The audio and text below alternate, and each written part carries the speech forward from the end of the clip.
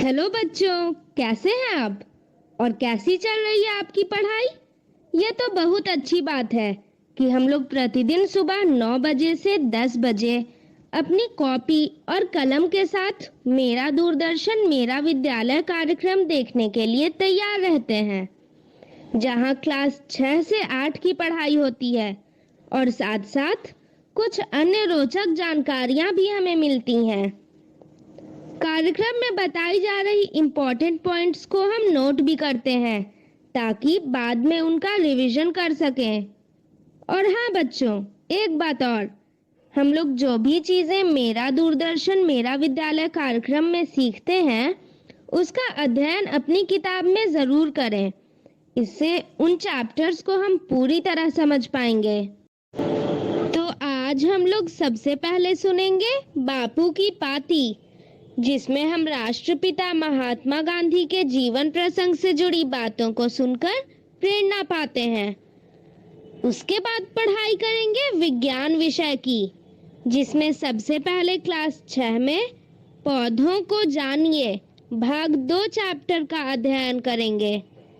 फिर क्लास 7 में ऊष्मा भाग 3 के बारे में समझेंगे। उसके बाद हम तारा के साथ रहेंगे तैयार कोरोना से बचाव के बारे में जानने के लिए। फिर शामिल होंगे क्लास 8 में और समझेंगे कुछ प्राकृतिक परिघटनाएं भाग 2 को। और अंत में चलेंगे पटना का संजय गांधी जैविक उद्यान और देखेंगे जू शो। तो चलिए शुरू करते हैं आज की विज्ञान की क्लास मेरा दूरदर्शन मेरा विद्यालय के साथ। बापू की कहानी, जिसमें हम बात करेंगे महात्मा गांधी के जीवन के बारे में। पिछली बार हमने ये जाना कि बापू ने अपने एक दोस्त के संगत में आकर मांस खाना शुरू किया था, जिसका बाद में उन्हें पछतावा भी हुआ और फिर उन्होंने छोड़ दिया। मोहन के एक चाचा बीड़ी पीते थे। 12-13 साल के मोहन और एक रिश्ते के भाई को लगता था कि मुंह से धुआं उड़ाना बड़ी शान की बात है। बीड़ी खरीदने के लिए दोनों ने एक नौकर के जेब से सिक्के भी चुराए थे, लेकिन जल्दी ही ये गंदी आदत छूट गई और फिर मोहन ने कभी बीड़ी सिगरेट को हाथ नहीं लगाया। दूसरी बार मोहन ने 15 साल की उम्र में चोरी की, अपने मंझले भाई करसन दास के लिए। उन पर 25 रुपए का कर्जा चढ़ गया था और वो बहुत परेशान थे। वो सोने का एक बाजूबंद भी पहनते थे। मोहन ने कहा, मैं तुम्हारे बाजूबंद से एक सोने का टुकड़ा निकाल देता हूँ। मोहन ने सोने का एक टुकड़ा निकाल दिया और उसे बेचने से भाई का कर्जा पट गया। लेकिन मोहन की अंतरात्मा उन्हें कचोटने लगी। उन्होंने वही तय किया कि वो फिर कभी चोरी नहीं करेंगे। सजा का डर मोहन को नहीं था। उनके पिता बच्चों पर कभी हाथ नहीं उठाते थे, पर अपने पिता को पीड़ा पहुंचाने का डर मोहन को था और उनके सामने वो बोलते तो कैसे बोलते। और फिर उन्हें ख्याल आया कि वो लिखकर अपना गुनाह स्वीकार कर सकते हैं। उन्होंने कागज का एक पुर्जा लिया और उस पर सब कुछ लिख दिया। उन्होंने लिखा कि पिताजी की दी हुई हर सजा उन्हें स्वीकार है, यह भी कि गलती के लिए सिर्फ और सिर्फ वही जिम्मेदार है और पिताजी अपने आप को सजा न दें। करमचंद जी बीमार थे। मोहन का पत्र पढ़ते हुए उनकी आंखों से आंसू टपकने लगे, जिससे कागज भीग गया। मोहन भी रो दिए। उस समय उन्हें पता नहीं था कि सच्चाई से अपना गुनाह कबूल कर लेना ही सच्चा पश्चाताप है, और वो भी तब जब सामने वाले को अपनी गलती की भनक भी नहीं हो। पिताजी कुछ नहीं बोले, बस कागज फाड़ के फेंक दिया। प्यार के उन आंसुओं ने गंगा जल की तरह मोहन के मन को और उनके पाप को भी धो दिया। अब मोहन के लिए उनका प्यार बढ़ गया और भरोसा भी। करमचंद जी की तबीयत बिगड़ती ही गई। उनकी सेवा का जिम्मा 3 लोगों पर था, उनकी पत्नी, एक पुराना नौकर और मोहन। पिता की सेवा करने से मोहन को एक लाभ ये मिला कि उनसे मिलने जुलने वालों के साथ उनकी बातचीत वो सुन पाते थे। उनकी अपने पारसी और मुसलमान दोस्तों से तरह तरह की चर्चाएं होती थी। उनके घर जैन मुनि भी आते थे। वे खाने पीने के कठोर नियमों के बावजूद गांधी परिवार से भोजन की सामग्री लेते थे। मोहन के माता पिता मंदिर ही नहीं शिवालय भी जाते थे। उनके यहाँ रामायण और भागवत पुराण का सुरीला पाठ होता था। बचपन में सभी धर्मों के लिए सम्मान मोहन में सहज ही आ गया था। मोहन ने धर्म और शास्त्र की कुछ किताबें भी पढ़ी, पर उसमें बहुत ज्यादा श्रद्धा नहीं जगी। वो तो बस यही मानने लग गए कि संसार नीति पर टिका है और नीति सत्य में बसती है। सत्य को खोजना ही उनके लिए सबसे बड़ा काम हो गया। करमचंद जी की तबीयत बिगड़ती ही गई। जब उनका देहांत हुआ तब मोहन 16 बरस के थे। दीवान पिता के मृत्यु से गांधी परिवार की माली हालत डगमगा गई थी। पढ़ने के लिए मुंबई के कॉलेज जाना महंगा था, सो 18 साल के मोहन ने भावनगर में ही दाखिला ले लिया। कॉलेज की पढ़ाई में मोहन का मन बिल्कुल नहीं लगा। सब कुछ मुश्किल लगता था। पहला सत्र जैसे तैसे पूरा करके वो घर पहुंचे तो वहां पर करमचंद जी के एक पुराने दोस्त थे। वो मिलने के लिए आए थे। नाम था उनका मावजी दवे। वो अपने मित्र के देहांत के बाद उनके परिवार से संबंध रखते थे। उन्होंने मोहन की माँ और बड़े भाई से कहा, आपको मोहन को विलायत भेजना चाहिए। मेरा बेटा कहता है कि वहाँ की पढ़ाई सरल है और 3 साल में ही पढ़ाई पूरी हो जाएगी, खर्चा भी ज्यादा नहीं आएगा। नए आए हुए बैरिस्टरों को देखो कैसे ठाठ से रहते हैं। वो चाहे तो उन्हें दीवानगिरी आराम से मिल सकती है। और उनकी बात मानकर मोहन विलायत में पढ़ने के लिए तैयार हो गए। आज के लिए इतना ही। अगली बार हम देखेंगे कि जब बाबू विलायत यानी कि इंग्लैंड पहुंचे तो उन्हें किन परेशानियों का सामना करना पड़ा।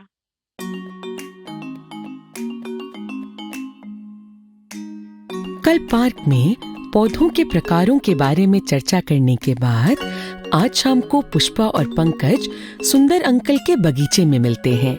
सुंदर अंकल को पौधों से अत्यधिक लगाव है और वह पौधों के बारे में अच्छी खासी जानकारी रखते हैं। अभी वह अपने पौधों की देखभाल में लगे हुए हैं। नमस्ते सुंदर अंकल। नमस्ते बच्चों, आज यहाँ कैसे आना हुआ? अंकल, हमारे विज्ञान की पुस्तक में पौधों पर एक अध्याय है। क्या हम उसके बारे में आपके बगीचे में चर्चा कर सकते हैं? हाँ बच्चों, क्यों नहीं। मेरी सहायता की जरूरत हो तो बताना। शुक्रिया अंकल। पंकज, कल हमने पौधों के प्रकारों पर चर्चा की थी। अब उनके भागों पर चर्चा करते हैं। ये तो बहुत आसान है पुष्पा। पौधों के मुख्य भाग इनके तने, पत्तियां, जड़ें एवं फूल होते हैं।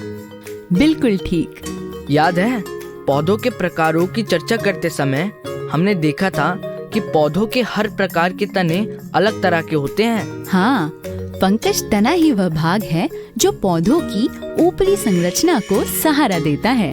तने पानी और मिट्टी में विलीन खनिज पदार्थ पेड़ पौधों की शाखों से होते हुए पत्तियों तक पहुंचाते हैं और पत्तियों में प्रकाश संश्लेषण से बना भोजन पौधे के विभिन्न भागों तक पहुंचता है। पत्तियों द्वारा भोजन बनाना शायद पौधे का सबसे महत्वपूर्ण कार्य है। तुम तो भोजन का ख्याल आते ही खुश हो जाते हो। अच्छा, वैसे पत्तियां एक और महत्वपूर्ण कार्य करती हैं, जिसे वाष्पोत्सर्जन कहते हैं। इसका मतलब है कि पौधे में जो अतिरिक्त जल होता है, पत्तियों की फलक या सतह से भाप बनकर उड़ जाता है। अगर मैं सही हूँ तो फलक पत्ती के चपटे हरे भाग को कहते हैं। बिल्कुल ठीक। देखो, पत्ती के मध्य में जो ये हल्की कठोर रेखा जैसी संरचना है, इसको मध्य शिरा कहते हैं। और इसके आसपास ये अन्य शिराएं हैं। शिराओं द्वारा बनाई गई इस जाली जैसी संरचना को शिरा विन्यास यानी रेटिकुलर वेन कहते हैं। अरे, हमारे घर में पानी का संचालन भी तो ऐसे ही होता है। पानी की टंकी से जो पाइप निकलता है वो सबसे चौड़ा होता है, जो फिर अन्य छोटे पाइपों में बांटता हुआ बाथरूम, किचन और बेसिन आदि में आता है। पेड़ पौधे भी ऐसे ही खाना पानी पत्तों तक पहुंचाते हैं। देखो, लगभग हर पत्ती पर इसी प्रकार का शिरा विन्यास बना हुआ है। सुंदर अंकल, जो कि उनकी बातें कुछ देर से सुन रहे थे, आकर उनकी मदद करते हैं। तुम दोनों के सोचने का तरीका बहुत अद्भुत है।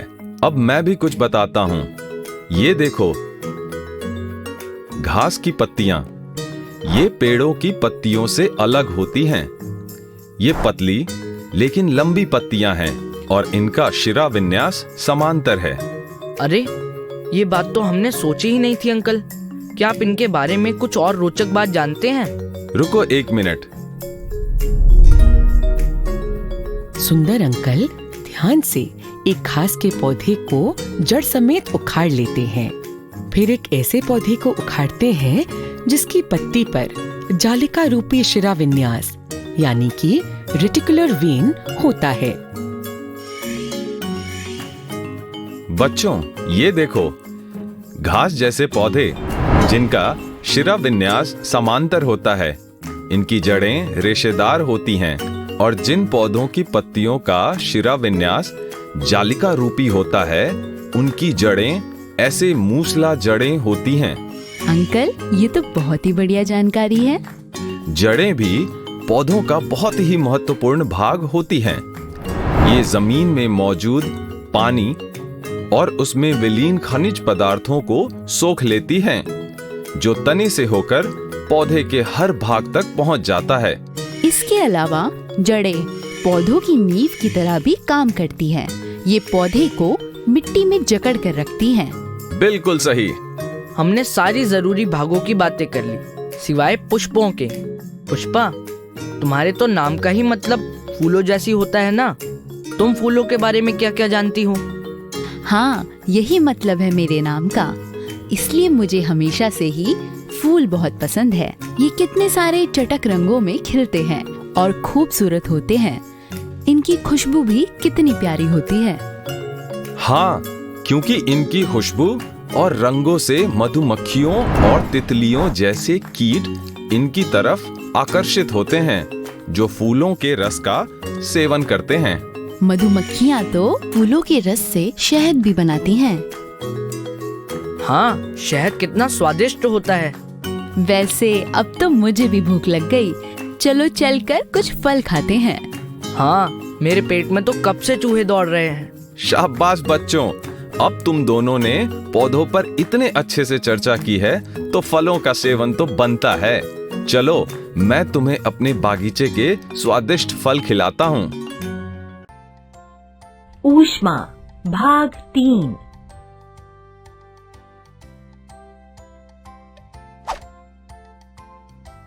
इस कहानी के उद्देश्य है: क. संवहन क्या होता है? ख. तटीय क्षेत्रों में प्रकृति में संवहन कैसे नजर आता है? ग.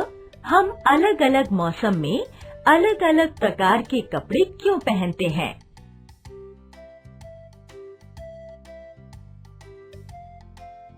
नमस्कार दोस्तों, कैसे हैं आप सब? मैं कुछ दिनों के लिए गोवा घूमने गई थी। गोवा महाराष्ट्र में एक सुंदर समुद्र तट है। तटीय क्षेत्र में मौसम हमेशा लुभावना कैसे होता है? क्या आपने कभी सोचा है कि हम गर्मियों में हल्के और सर्दियों में गहरे रंग के कपड़े क्यों पहनते हैं? आइए इस कहानी के पात्र माला और राजा के साथ इन सवालों के जवाब ढूंढते हैं।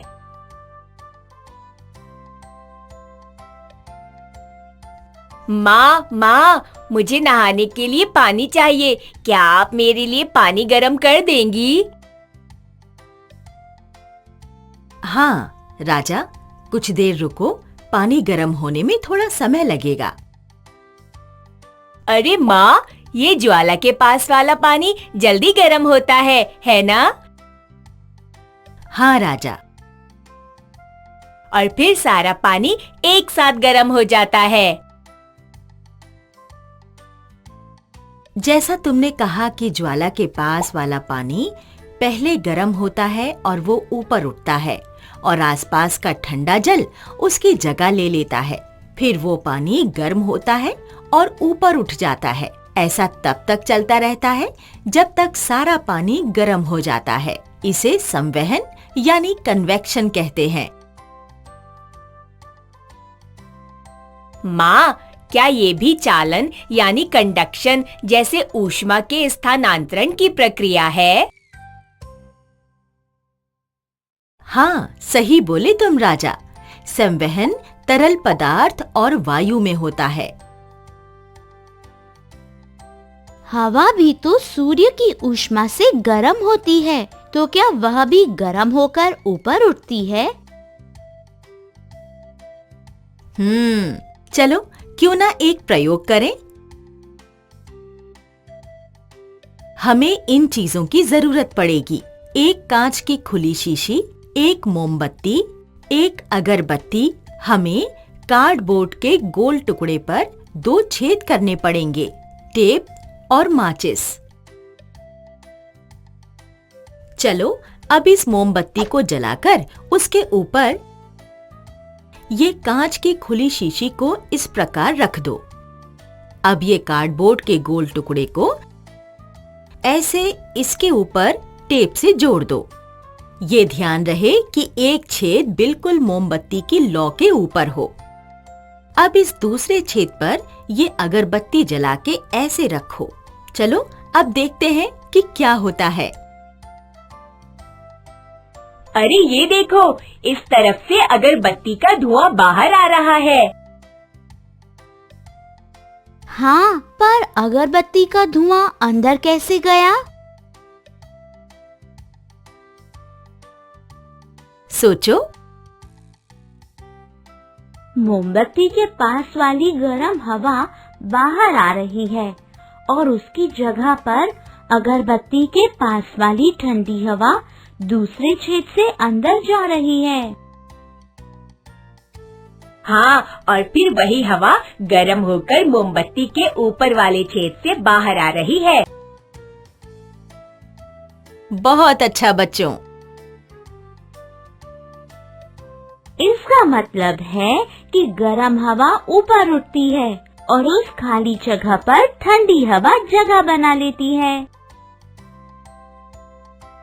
अरे माला, तुम्हें याद है हमारे स्कूल में विज्ञान की एक प्रदर्शनी में एक बच्चे ने एक मॉडल बनाया था जिसमें उसने समझाया था कि तटीय क्षेत्रों में भी ऐसा ही कुछ होता है। हाँ, पर मुझे ठीक से याद नहीं है। चलो हमारी विज्ञान की पुस्तक में पढ़ते हैं। देखो यहाँ लिखा है कि दिन के समय समुद्र तट पानी से जल्दी गर्म हो जाता है और वहाँ की वायु गर्म होकर ऊपर उठती है। फिर इसका स्थान लेने के लिए समुद्र से ठंडी वायु उसका स्थान ले लेती है। इसे समुद्र समीर कहते हैं। रात के समय इसका उल्टा होता है। समुद्र का जल समुद्र तट से धीरे ठंडा होता है और तट से ठंडी वायु समुद्र की ओर बहती है। इसे थल समीर कहते हैं। ये तो बिल्कुल हमारे प्रयोग की तरह ही है। जैसे अगरबत्ती की तरफ से ठंडी वायु अंदर जाती है और गर्म वायु मोमबत्ती के छेद की तरफ से ऊपर आती है, वैसे ही समुद्र तट की वायु भी प्राकृतिक संवहन को दर्शाती है। सूर्य भी तो ऊष्मा प्रदान करता है, पर धरती और सूरज के बीच तो कोई माध्यम ही नहीं है, तो फिर सूर्य की ऊष्मा हम तक कैसे पहुंचती है? हाँ, चालन और संवहन के लिए तो माध्यम चाहिए। तो फिर सूर्य की गर्मी हम तक कैसे पहुंचती है? चल किताब में ढूंढते हैं। देख, यहाँ लिखा है कि सूर्य से धरती पर ऊष्मा का स्थानांतरण विकिरण यानी रेडिएशन के द्वारा होता है। विकिरण दिखाओ मुझे। यहाँ ये भी लिखा है कि विकिरण के लिए किसी भी माध्यम की जरूरत नहीं होती है, यानी ऊष्मा का स्थानांतरण 3 तरीकों से होता है: चालन, संवहन और विकिरण। राजा, तुम कुछ गरम पहन लो, अब ठंड बढ़ गई है। माँ, गरम कपड़े हमें गर्मी देते हैं और गर्मियों में हम हल्के रंग और हल्के कपड़े पहनते हैं। हाँ, सही बात है। गर्मी में हम हल्के रंग इसलिए पहनते हैं क्योंकि हल्के रंग ऊष्मा को परावर्तित यानी रिफ्लेक्ट करते हैं और हमें कम गर्मी लगती है।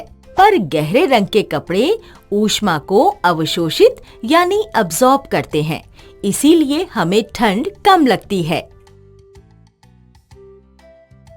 अच्छा, तो मैं जल्दी से लाल रंग का स्वेटर पहन लेता हूँ। अरे, अब तो तुम्हारा नहाने का पानी भी ठंडा हो गया। चलो अब हम गृह कार्य कर लें, नहीं तो कल टीचर जी से डांट खानी पड़ेगी। तो दोस्तों, आपने समझा कि संवहन और विकिरण क्या होता है। हमने ये भी जाना कि तटीय क्षेत्रों में हमेशा सुहाना मौसम क्यों होता है। अब आप लोग जब कपड़े चुनने के लिए किसी रंग के बारे में सोचेंगे तो मौसम का जरूर ध्यान रखेंगे। जल्द मिलेंगे।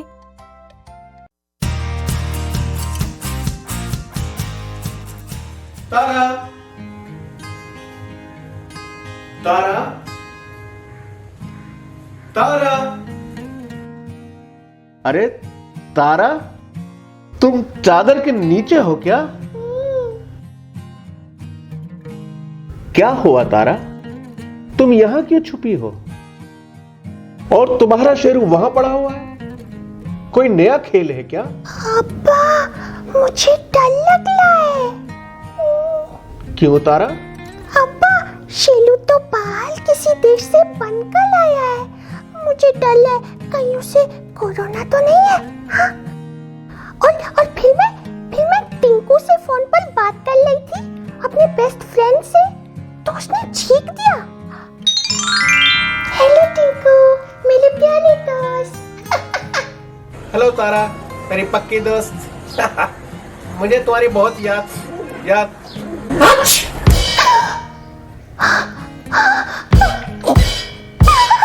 सॉरी, छींक आ गई। मुझे तुम्हारी बहुत याद आ रही थी तारा। तारा,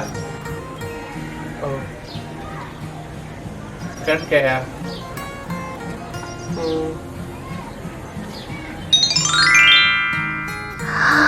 अगर कहीं टिंकू को भी कोरोना है तो अब ना मैं शेलू से खेलूंगी, ना टिंकू से फोन पर बात करूंगी। ओह, तो ये बात है। तारा, चादर से बाहर आओ तारा, डरो नहीं, मैं हूं ना।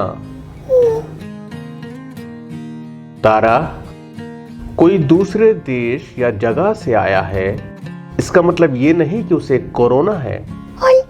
और टिंकू की छींक, कहीं मुझे उससे ये वायरस आ गया तो? तारा, हर छींक और खांसी कोरोना वायरस से नहीं जुड़ी है, और फोन पर बात करने से ये थोड़ी ही फैलती है।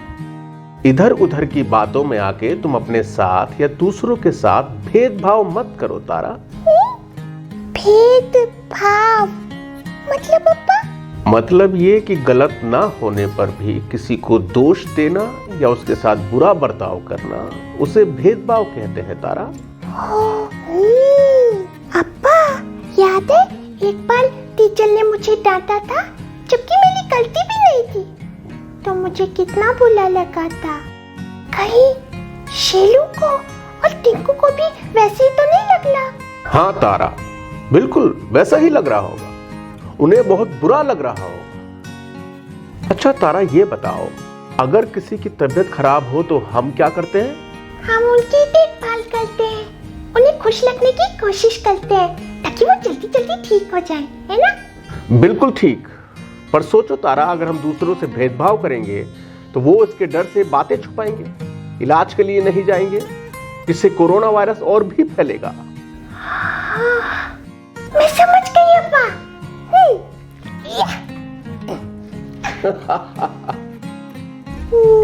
सॉरी शेलू।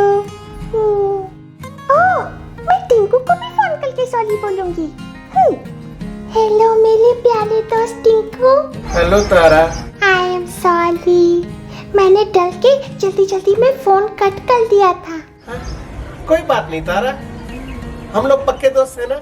अब मैं ऐसा कभी नहीं करूंगी, प्रॉमिस। अरे तारा, सुनो तारा, डॉक्टर अंकल को नमस्ते बोलो। हेलो, नमस्ते डॉक्टर अंकल। नमस्ते तारा।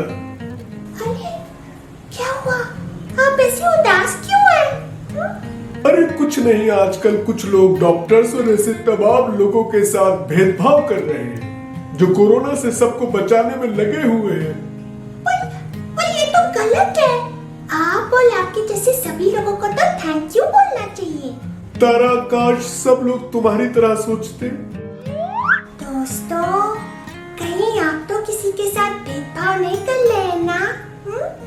डॉक्टर वगैरह तो हमारी मदद ही कर रहे हैं। उनके साथ बुला बर्ताव तो बहुत गलत बात है। अच्छा डॉक्टर अंकल, क्या हम आपके काम में कोई मदद कर सकते हैं? क्यों नहीं तारा, बिल्कुल कर सकते हैं। अभी घर में ही रहो, दूसरों की गलत बातों में मत आओ, इससे हमारा काम आसान होगा, क्योंकि ऐसे कोरोना को फैलने से हम रोक सकते हैं।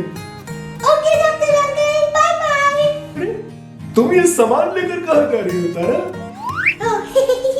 वो तो मैं और अप्पा पौधों की देखभाल करेंगे, उनको पानी देंगे डॉक्टर अंकल। गार्डनिंग, ये तो बहुत मजेदार काम है तारा। अच्छा मैं भी चलता हूँ तारा, तुम कभी कभी यूं ही मुझे फोन कर लिया करो, मुझसे बातें कर लिया करो, अच्छा लगता है। जरूर doctor uncle, bye bye. Okay bye. अप्पा देखो, बोला ना देखो, बोला ना सुनो, बोला ना कहो। मजा आ रहा ना तारा? बहुत मजा आया है अप्पा। ठीक है तारा, तो ये बताओ तुमने क्या सीखा? भेदभाव से नहीं, मेल मोहब्बत का हो साथ, तो हम जरूर देंगे कोरोना को मात। हाँ? बिल्कुल सही।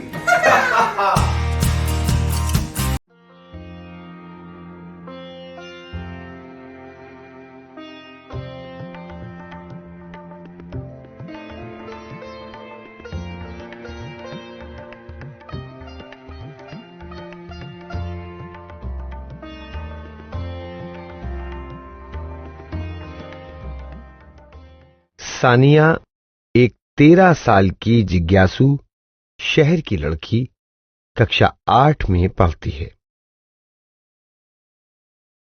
कबीर सानिया का भाई 14 साल का लड़का है जो उसकी चीजों को समझने में मदद करता है और विभिन्न गतिविधियां करता है। मम्मी सानिया की मां, जो उन्हें विभिन्न अवधारणाओं को समझने में सुविधा प्रदान करती हैं। अब तक हमने जाना, बिजली विद्युत आवेशों के कारण कड़कती है। वस्तुओं को रगड़कर उनमें बिजली जैसा आवेश पैदा किया जा सकता है। आवेशों के प्रकार: एक तरह की आवेशित वस्तुएं एक दूसरे को दूर करती हैं।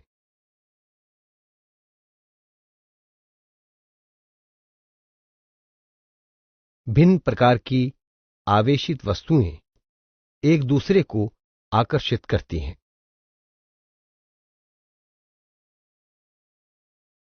बिजली कड़कने वाले तूफानों से सुरक्षा के उपायों के बारे में।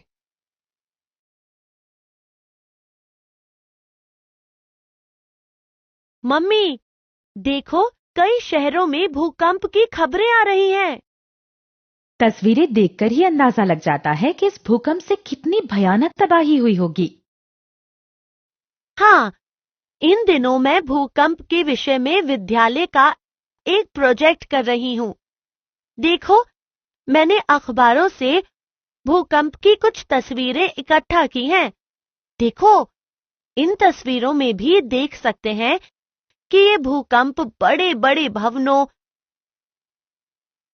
पुलों और लोगों की जान को कितना भयानक नुकसान पहुंचाते हैं। मुझे तो दादी जी की कहानी याद आ गई।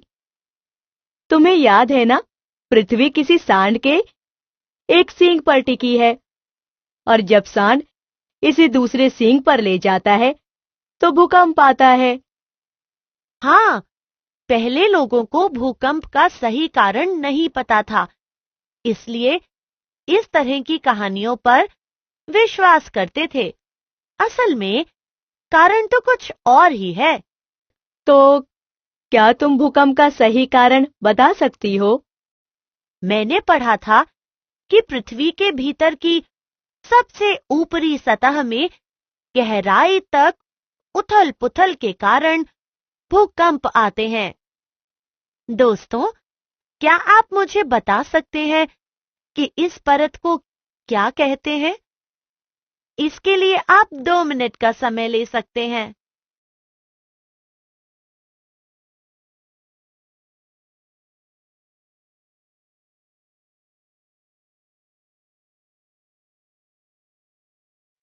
तो इस परत में ऐसा क्या होता है कि भूकंप आते हैं? हाँ, मैंने पढ़ा था कि पृथ्वी की सबसे ऊपरी परत कुछ टुकड़े यानी प्लेटों से बनी हुई है और ये प्लेट लगातार गतिमान है।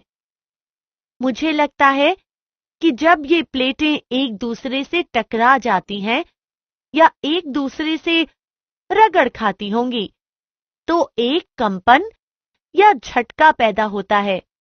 शायद यही झटका या कंपन पृथ्वी की सतह पर भूकंप के रूप में महसूस होता है।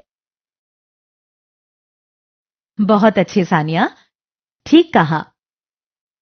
दोस्तों, यदि वैज्ञानिक भूकंप के कारण पता लगा चुके हैं, कितना अच्छा होगा अगर भूकंप के समय और स्थान के बारे में पहले ही पता चल जाए।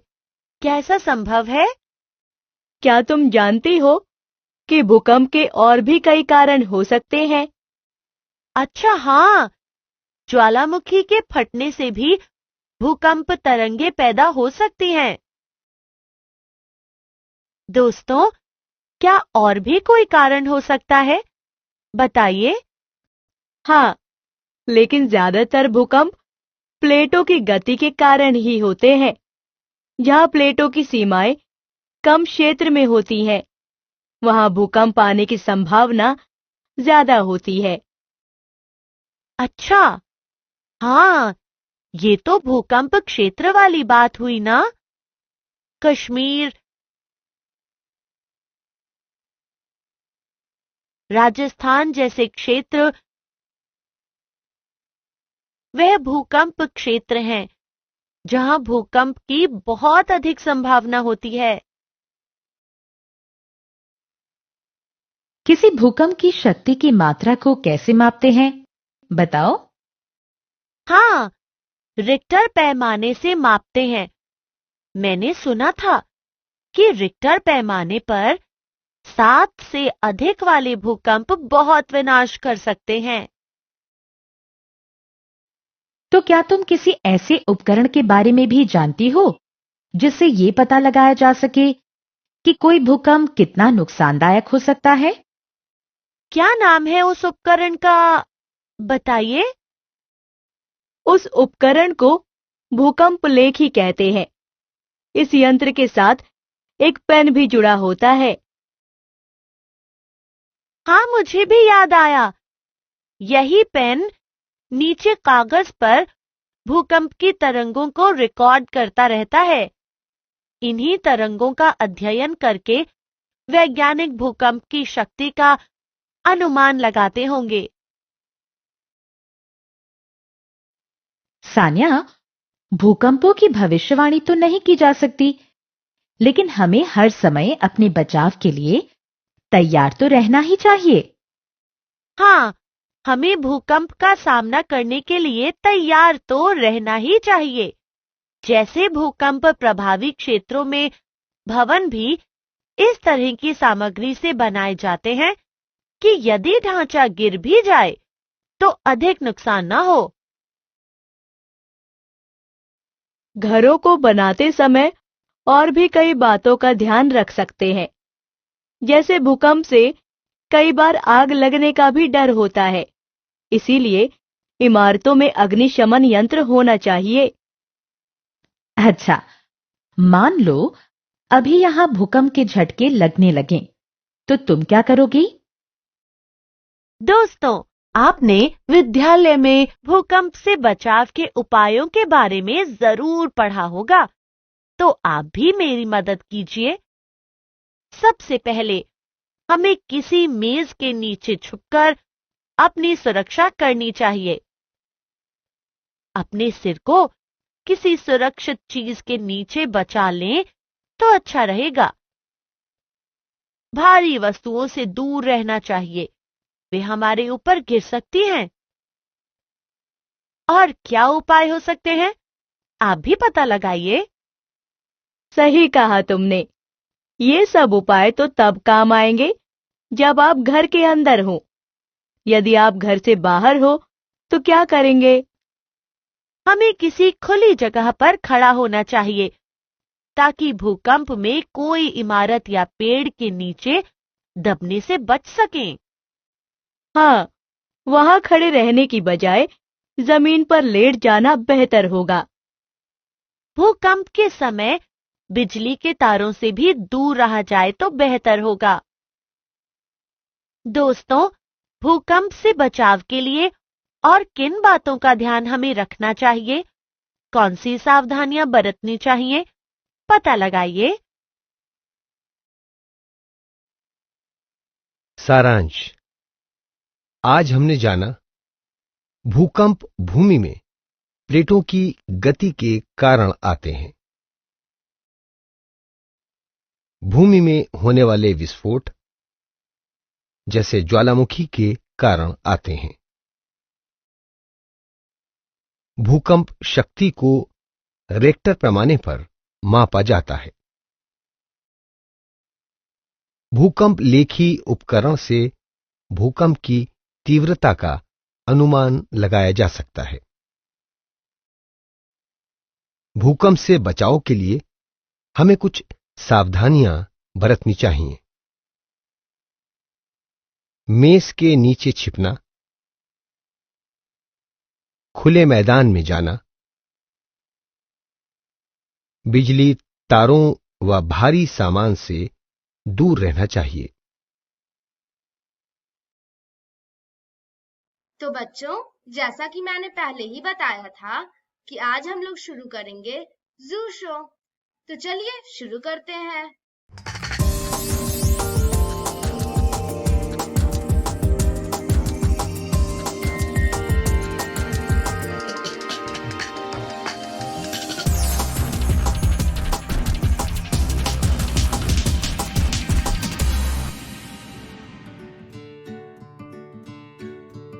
संजय गांधी जैविक उद्यान के जू आउटरीच प्रोग्राम के तहत आज हम आपकी सैर कराएंगे यहां अवस्थित औषधीय गार्डन यानी हर्बल गार्डन की। इस गार्डन में विभिन्न प्रकार के औषधीय पौधे लगाए गए हैं। इसका मुख्य मकसद इन पौधों के औषधीय गुणों को दर्शकों को बताना है। हर्बल गार्डन के मुख्य द्वार पर महर्षि धन्वंतरी के बड़े आकार की प्रतिमा लगाई गई है। गार्डन के अंदर के भाग में एक विशालकाय मूर्ति बनाई गई है, जिसके हर हिस्से में काम आने वाले औषधीय पौधों को लगाकर दर्शकों को बताने का प्रयास किया गया है कि कौन कौन औषधीय पौधे किस रोग में उपयोगी हैं।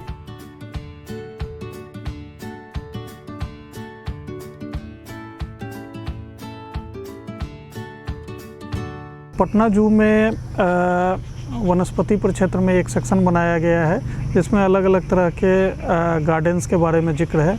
उसी क्रम में आज हम लोग हर्बल गार्डन के बारे में जानेंगे और यहाँ क्या क्या प्रजातियाँ हैं। जैसा कि हम जानते हैं कि हर्बल गार्डन को मेंटेन करने का मुख्य उद्देश्य है कि लोगों में आयुर्वेदा से संबंधित और जो भी औषधीय पौधे हैं और एरोमेटिक्स प्लांट हैं उससे संबंधित लोगों को जानकारी दी जा सके।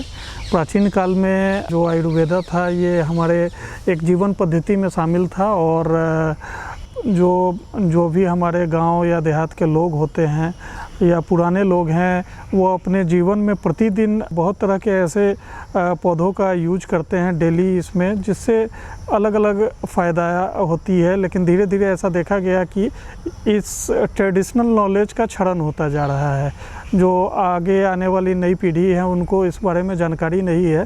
तो इसी क्रम में संजय गांधी जैविक उद्यान में हर्बल गार्डन का स्थापना किया गया है महर्षि धन्वंतरी के नाम पे।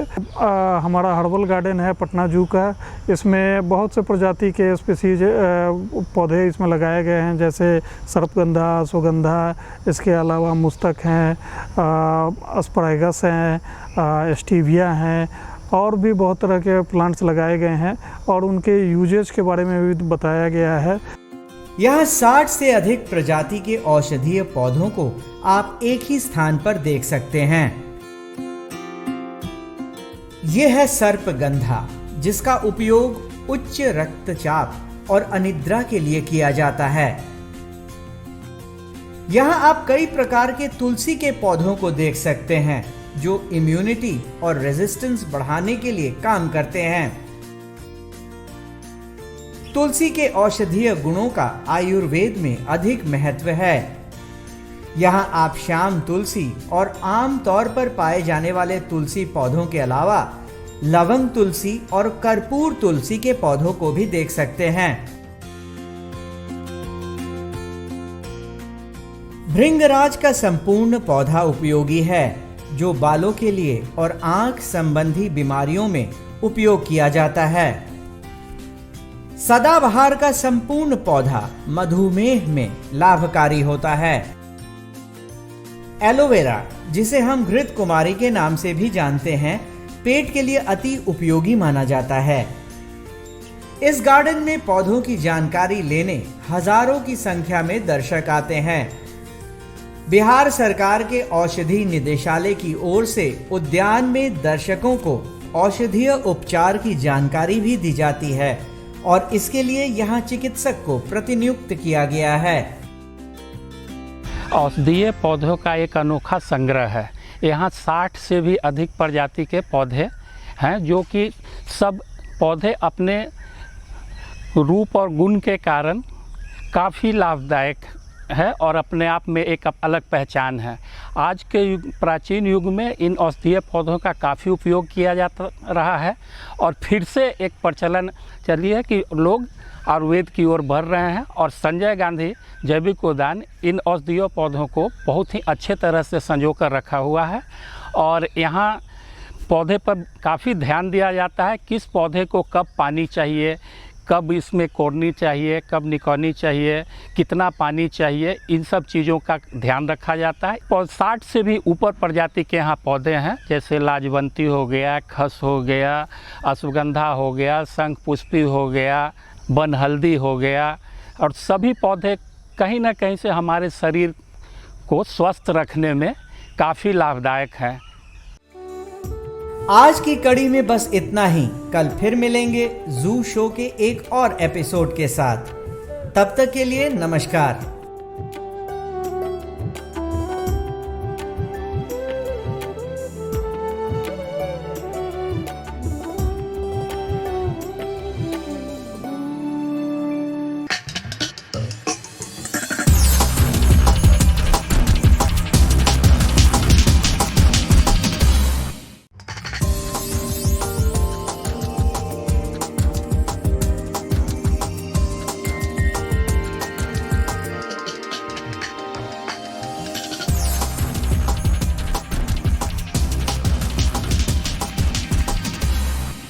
संजय गांधी जैविक उद्यान के जू आउटरीच प्रोग्राम में आपका स्वागत है। आज हम चलेंगे हिप्पोपोटामस के एनक्लोजर में। हिप्पो को बोलचाल की भाषा में दरियाई घोड़ा भी कहा जाता है। यहाँ 3 हिप्पो मौजूद हैं, जिसमें सबसे पुराना है ये नर हिप्पो। दरियाई घोड़ा मुलायम घास और पत्तियों का शौकीन होता है। जंगलों में ये नदी और झीलों के पास रहते हैं, जहां ग्रासलैंड मौजूद हो। दरियाई घोड़ा सब सहारन अफ्रीका के मूल निवासी हैं।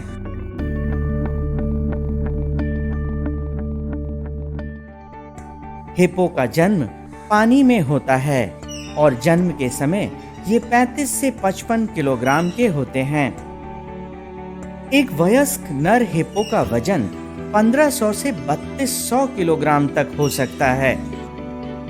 मादा हिप्पो 1350 से 2500 किलोग्राम तक की होती है।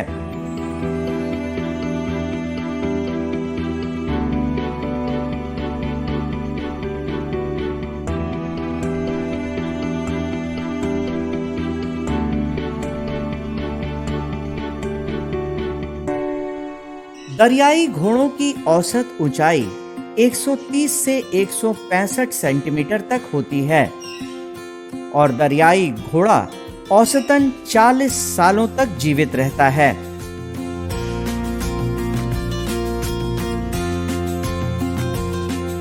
हिप्पो पानी में रहना पसंद करते हैं। ये पानी के अंदर जाकर 30 मिनट तक रह सकते हैं, लेकिन पानी में ज्यादातर 3 से 5 मिनट तक गोता लगाते हैं। ये अपने विशाल जबड़े को 150 डिग्री तक खोल सकते हैं। इनका प्रजनन काल 8 महीनों का होता है और मादा हिप्पो 1 या 2 बच्चे को जन्म देती है। हिप्पो एक खतरनाक जानवर है और अफ्रीका में अन्य जानवरों की तुलना में सबसे ज्यादा लोग दरियाई घोड़ा द्वारा मारे जाते हैं।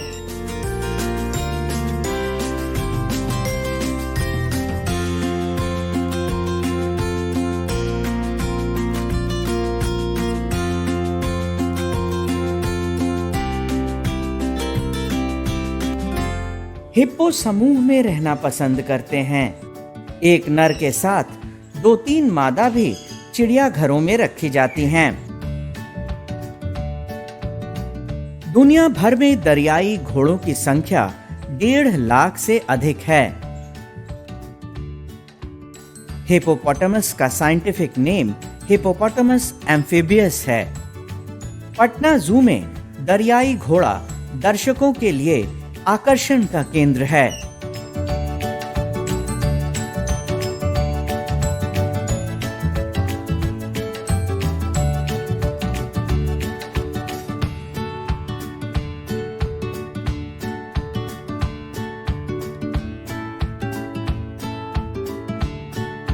जैसा कि भ्रांति है कि ये गुड स्विमर होते हैं, परंतु ऐसा नहीं है। ये पानी में एक्चुअली चलते हैं और इनके पूरे स्किन पे बाल नहीं पाए जाते हैं। एक विशेष तरह की ग्रंथि होती है जिसके कारण इनका कलर रेड कलर का होता है और ये शाकाहारी जानवर हैं तथा ये मेनली जो भी घास फूस है इसे खाकर अपना जीवन यापन करते हैं। इसके अतिरिक्त ये मूलतः मार्शी एरिया में पाया जाता है या उथले जल में पाया जाता है, कीचड़ में और पानी में इसे रहना पसंद है।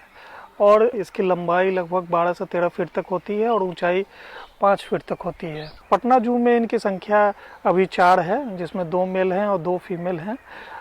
इन्हें 1992 में कानपुर जू से लाया गया था, फिर 1997 में एक हिप्पो को लखनऊ जू से लाया गया था। जो मेल है उसका नाम भोला है। इसके अलावा सुनीता और मौली 2 फीमेल हैं यहाँ पे, तथा इन्हें फ्लोइंग वाटर दिया जाता है क्योंकि इन्हें साफ़ सुथरे पानी में रहने की आदत है। अतः ऐसा ही व्यवस्था की गई है कि वो पानी हमेशा चलता रहे और ऊपर से वो गंदगी निकलती रहे, क्योंकि ये अपना यूरिनेशन डिफिकेशन सारा कुछ पानी के अंदर ही करते हैं मैक्सिमम टाइम में। 2018 में एक बच्चे का एक मेल का जन्म भी हुआ है जो काफ़ी अच्छे से अपने मदर के साथ इसमें ग्रो कर रहा है।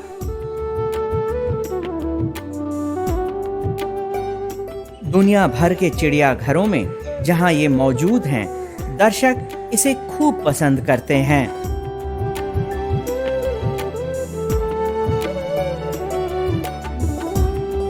आज की कड़ी में बस इतना ही। फिर मिलेंगे अगले एपिसोड में एक नए जानवर के एनक्लोजर के पास। तब तक के लिए नमस्कार।